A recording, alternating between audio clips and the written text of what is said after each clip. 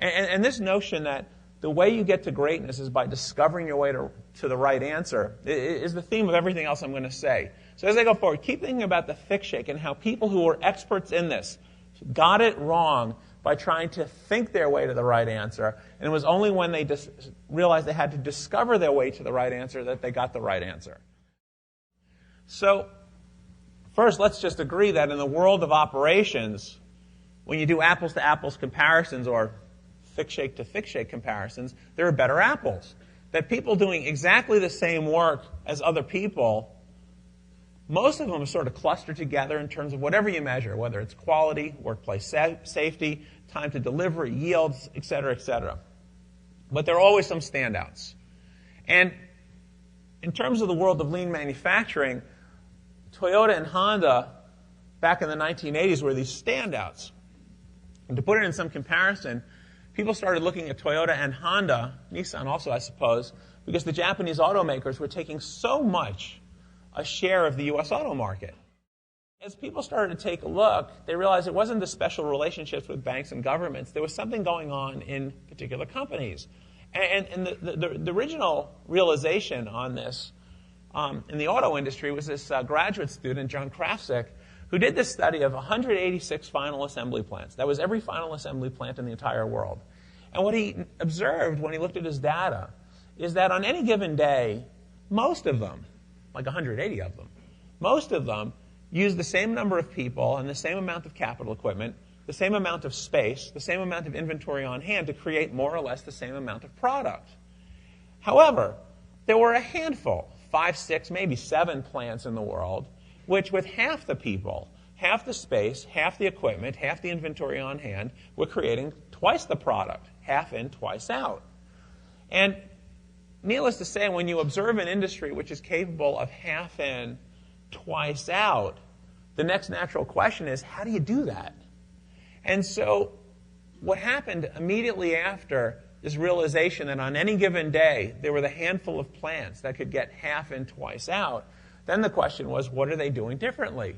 And this is where people did the right thing, but you see where they stumbled. Because then they said, well, on any given day, what's different? So on any given day, they started looking at the bulk of the auto assembly plants and their supplier plants, and noticed that on any given day, most of them used push systems and production control and scheduled workflows. And most of them had lots of batch and flow. And most of them had work that looked largely improvised. And most of them had workplaces which looked disorganized on any given day. And on any given day, when they started looking at these standout plants of half in, twice out, on any given day they noticed things like continuous flow, just-in-time pull system, standard work, production cells 4S or 5S, on any given day. And I said, well, my gosh, on any given day, we see the differences. They have these manufacturing techniques. These other folks aren't using them, so that must be the source of competitive advantage. I mean, it makes perfect sense, right? Well, what's the problem with that? What's the problem with the idea that if I buy the technique or I buy the tool, the robot, the flexible manufacturing system, the electronic medical record, what's the problem with the argument that if I buy those things, I will be great? Everyone else can buy it. I mean, think about this. Everyone must know someone who's a good baker, right? In your family, you got a friend who makes good breads, good cakes, whatever.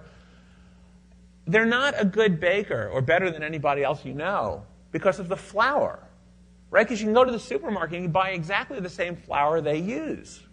All right? And that's the general point, is that if you can buy something and the guy across the street can buy the same thing, it's a commodity. And you can't possibly be great by your access to commodities because everyone's got the same access. And so this whole idea that you're going to be great because you use a particular tool or technique or technology, it actually doesn't hold up when you give it some thought, because the same things I use, everyone else can use. The other thing is there's actually no data to support the assertion. So if you look at, let's say, lean, right? So this guy, John Krafcik, recognizes that on any given day, there are the handful of plants that go half in, twice out. All right. They have these techniques of continuous flow, etc. And these folks don't. So what happens? These folks go in and get exactly the same techniques. So if you go through General Motors, Ford, Chrysler, Volkswagen, anyone else in the auto industry around 1991, 92, 93, they say, look, we're lean. We've got exactly the same techniques Toyota is using. The only problem is they don't have the performance, right? Because at that period where everyone is declaring that we're as good as Toyota because we're doing lean techniques, what you find is that Toyota is still ahead on productivity, it's still ahead on quality, though they've closed the gap, but it's introducing new models much faster than anybody else in the industry. It's introduced Lexus, which no one else had been able to introduce new brands successfully. It's on the verge of introducing Scion. It's on the verge of introducing Prius. It's on the verge of expanding into other markets. So not only is there, it kind of, when you say it out loud, if I buy something that you can buy, I'm going to be better, it doesn't make sense, but in fact the data doesn't support it. The thing is, by 1962, Toyota had gone from 1/8 as productive as its American competitors to equally productive, 3-4 years. By 1968, it had doubled its productivity relative to the American automakers. That's 1968, double.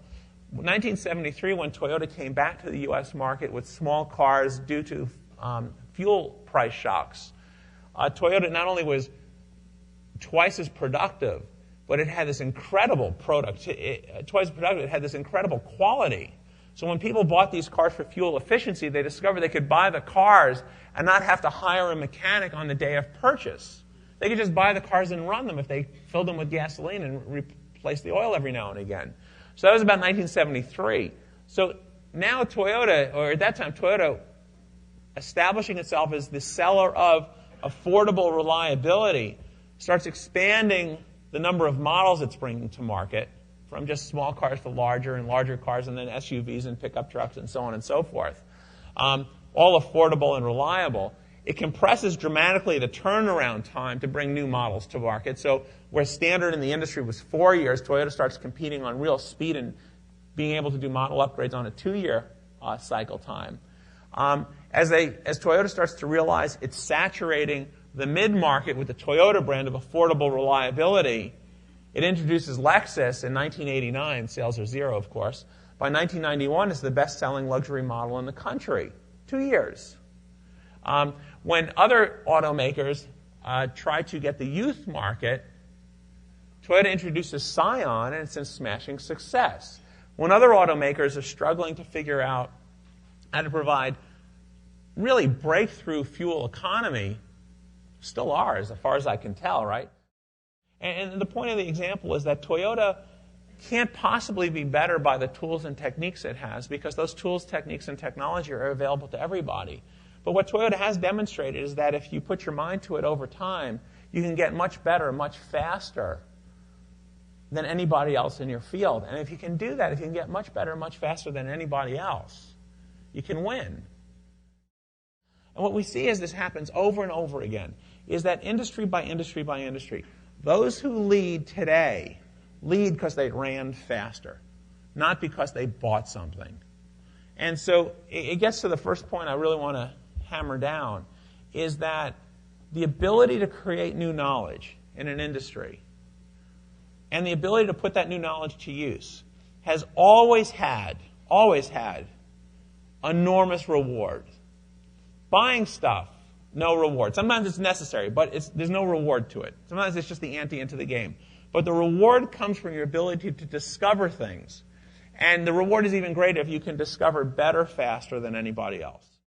Is that if we look at Toyota, which has been an inspiration to, I think, just about all of us in this room, we have to recognize that Toyota's greatness was discovered. It wasn't decided that we're going to do this technology, this technique, this tool. We've decided to do that, we're going to be great. It had to be discovered. It was true for Honda, it was true for Intel, and true for many others. So historically, the reward for discovery has always been great. The speed at which the world is changing on us and the speed at which we have to compete will only increase the reward to those who learn faster, those who discover faster, and it will even more grossly penalize those who don't.